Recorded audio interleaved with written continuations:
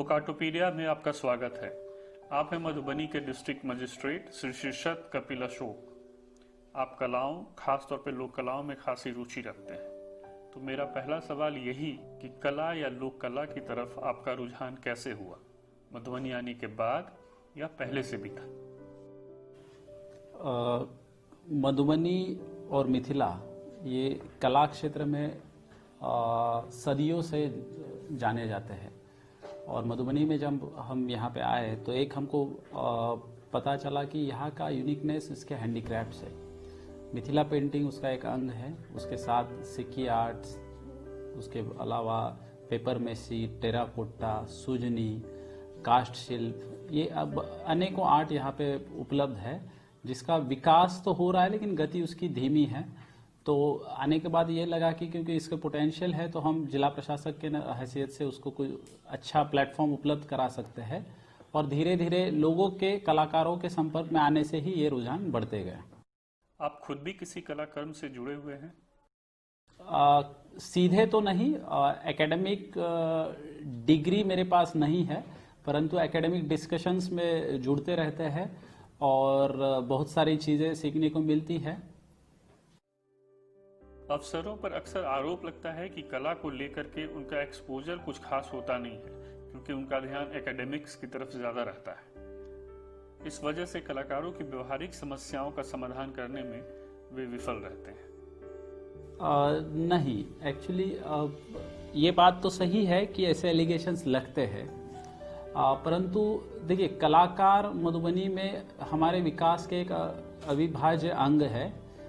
कारण कि मधुबनी में बहुत से कलाकार हैं। अगर आप रजिस्टर्ड आर्टिजन्स जो हैंडीक्राफ्ट डिपार्टमेंट में रजिस्टर्ड है, उनके नंबर की बात करेंगे तो 44,000 से ज़्यादा जो है रजिस्टर्ड आर्टिजन्स हमारे पास पहचान स्कीम के अंतर्गत रजिस्टर्ड है। तो एक बहुत बड़ा चंक है कि जो विकास के लिए विकास जिनका होना आवश्यक है। तो एक जिला प्रशासक के हैसियत से कलाकारों को विकसित करना एक हमारा उद्देश्य नेचुरली बन जाता है, क्योंकि उसमें ज़्यादातर जो कलाकार वो महिलाएं हैं।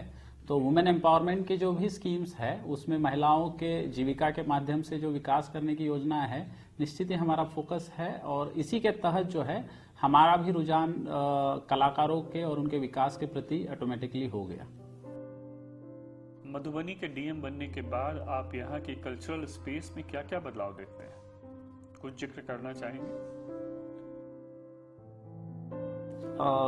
जरूर करना चाहेंगे। मधुबनी जिले की जनता और मधुबनी के कलाकारों के द्वारा काफ़ी सहयोग मिला, और जिसके तहत ही आर्ट सीन में कुछ बदलाव आए हैं। जो आर्ट हमारी साड़ियों तक सीमित थी या पेपर पे पेंटिंग तक सीमित थी, आज वो आर्ट जो है दीवारों पे फिर से आ रही है। एक बात हम जरूर बताना चाहेंगे कि मधुबनी आर्ट पुरातन काल में जो है दीवारों पे ही मौजूद थी। जब अर्थक्वेक आया था तो WG आर्चर के द्वारा जो फर्स्ट फाइंडिंग आउट किया तो दीवारों पे ही उनको मधुबनी आर्ट मिला था। उसी को हमने रिवाइव किया है, और उसी कड़ी में से एक रेलवे प्रशासन के द्वारा बहुत अच्छी भूमिका निभाई है। जो रेलवे स्टेशन हमारा पेंटिंग हो चुका है, अब सर्किट हाउस पेंटिंग हो चुका है, कलेक्ट्रेट हमारा पेंटिंग हो चुका है, विद्यापति टावर है, ऑफिशियल्स के जो रोड के किनारे के वॉल्स है उस पर भी हमने पेंटिंग कर चुके हैं, और बहुत सारे आगे आने वाले समय में भी प्रोग्राम्स है जिसके तहत जो है हम इसको प्रमोशन का प्लेटफॉर्म उपलब्ध करा रहे हैं। इस बारे में कोई योजना बनी है? योजनाओं की जहाँ तक हस्तकला के विकास के दृष्टिकोण से हम बात करते हैं तो बहुत सारे उपक्रम है, भी अलग अलग डिपार्टमेंट्स के द्वारा उसको क्रियान्वित किया जा रहा है। माननीय मुख्यमंत्री जी के जो घोषणा थी कि मिथिला चित्रकला संस्थान मधुबनी में आएगा, उसको मूर्त रूप ऑलमोस्ट हो गया है। सौराठ सभागाछी के नज़दीक में 6.5 एकड़ का जमीन उपलब्ध कराया गया है। साथ ही उसके आचार्य की रिक्रूटमेंट हो गई है, सर्टिफिकेट कोर्स के लिए विद्यार्थियों का चयन हो गया है, डिग्री कोर्स के लिए एग्ज़ाम हो गई है, उसका एनालिसिस हो रहा है, और फाइनल मेरिट लिस्ट जो है विदिन 10 डेज हम पब्लिश करने जा रहे हैं।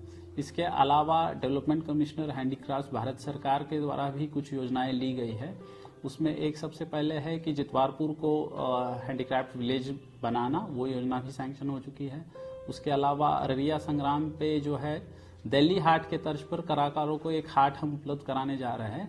तो उसमें जगह का चयन भी हो चुका है और उसमें जो स्टॉल्स हम उपलब्ध कराएंगे विभिन्न कलाकारों के लिए जो वहां आके जो है अपने अपने प्रोडक्ट्स बेच सकेंगे, क्योंकि टूरिस्ट का फ्लो NH57 जो 4 लेन क्वाड्रिलेटरल है, ईस्ट वेस्ट क्वाड्रिलेटरल, उससे बहुत ज़्यादा है। इसके अलावा अर्बन रिसोर्स सेंटर जहाँ पे जो है असिस्टेंट डायरेक्टर हैंडीक्राफ्ट्स का ऑफिस भी आएगा, ट्रेनिंग सेंटर भी रहेगा, वो भी पाइपलाइन में है, सैंक्शन हो चुका है। रॉ मटेरियल डेपो एक देखेंगे आपकी कलाकारों को जो है रॉ मटेरियल के लिए बहुत ज़्यादा प्रयास करना पड़ता है, जल्दी उपलब्ध नहीं होता है। तो उसके लिए हम जीविका के माध्यम से, DRDA के माध्यम से जो है और डेवलपमेंट कमीशन हैंडीक्राफ्ट्स के सहयोग से एक रॉ मटेरियल डेपो यहाँ चलाएंगे, जिसमें हम रॉ मटेरियल जैसे कि पेंट, ब्रश, पेपर, सिल्क का बेस मटेरियल हो या फ्रेमिंग का जो ये है ये उनको उपलब्ध करा देंगे। उपेंद्र महारथी शिल्प अनुसंधान संस्थान के द्वारा भी 4 कॉमन फैसिलिटेशन सेंटर्स हमको सैंक्शन हो चुके हैं, उसमें 2 में राशि भी हमको उपलब्ध कराया गया है संस्थान के द्वारा। एक है जितवारपुर में और सेकंड है रैयाम में। रामपुर और मंगरौनी में भी ये उपलब्ध कराया जाएगा। अलग अलग विधा है, मंगरौनी में जैसे टेराकोटा के लिए है, जितवारपुर में पेंटिंग के लिए है, रैयाम में, रामपुर में सिक्की के लिए है, इसको बनाया जाएगा।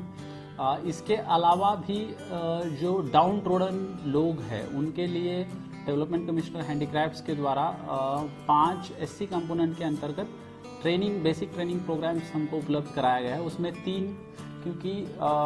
3 प्रोग्राम्स जो है बांस के लिए उपलब्ध कराया है, बांस का हैंडीक्राफ्ट जो है उसके लिए, क्योंकि बांस एक ऐसा हैंडीक्राफ्ट है जिसको यहाँ पे अच्छा खासा स्कोप है।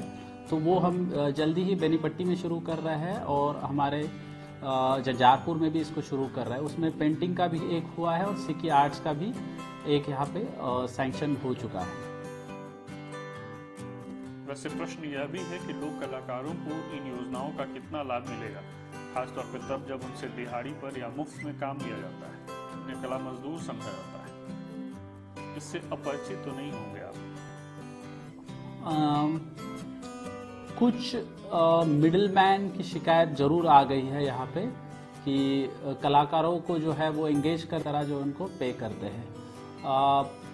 एक जिला प्रशासक की हैसियत से मेरा मूल उद्देश्य है कि उनको आय बढ़ाना, कलाकारों के इनकम बढ़ाना, साथ ही कला का विकास भी करना।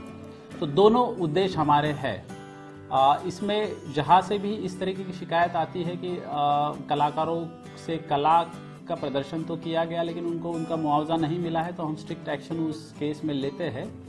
और इसी जो अभी ये जितने भी उपक्रम हो रहे हैं, कलाकारों को मजदूर से लेके फिर से कलाकारों को रीएस्टैब्लिश करना, तो इसमें जो है हम एडवांस कोर्स जैसे डिग्री कोर्स जो है हम दे रहे हैं बिहार सरकार के मदद से। यहाँ पे मिथिला चित्रकला कला संस्थान सर्टिफिकेट कोर्स हो गया, एडवांस ट्रेनिंग निफ्ट से एडवांस डिजाइन या export promotion council for handicrafts, उनके माध्यम से भी जो है एडवांस ट्रेनिंग, सो दैट कि उनकी कला में थोड़ा सा एक तो प्रोडक्टिविटी एनहांसमेंट हो और दूसरी चीज जो है निटिग्रिटीज जो है कला की वो भी उनको पता चले।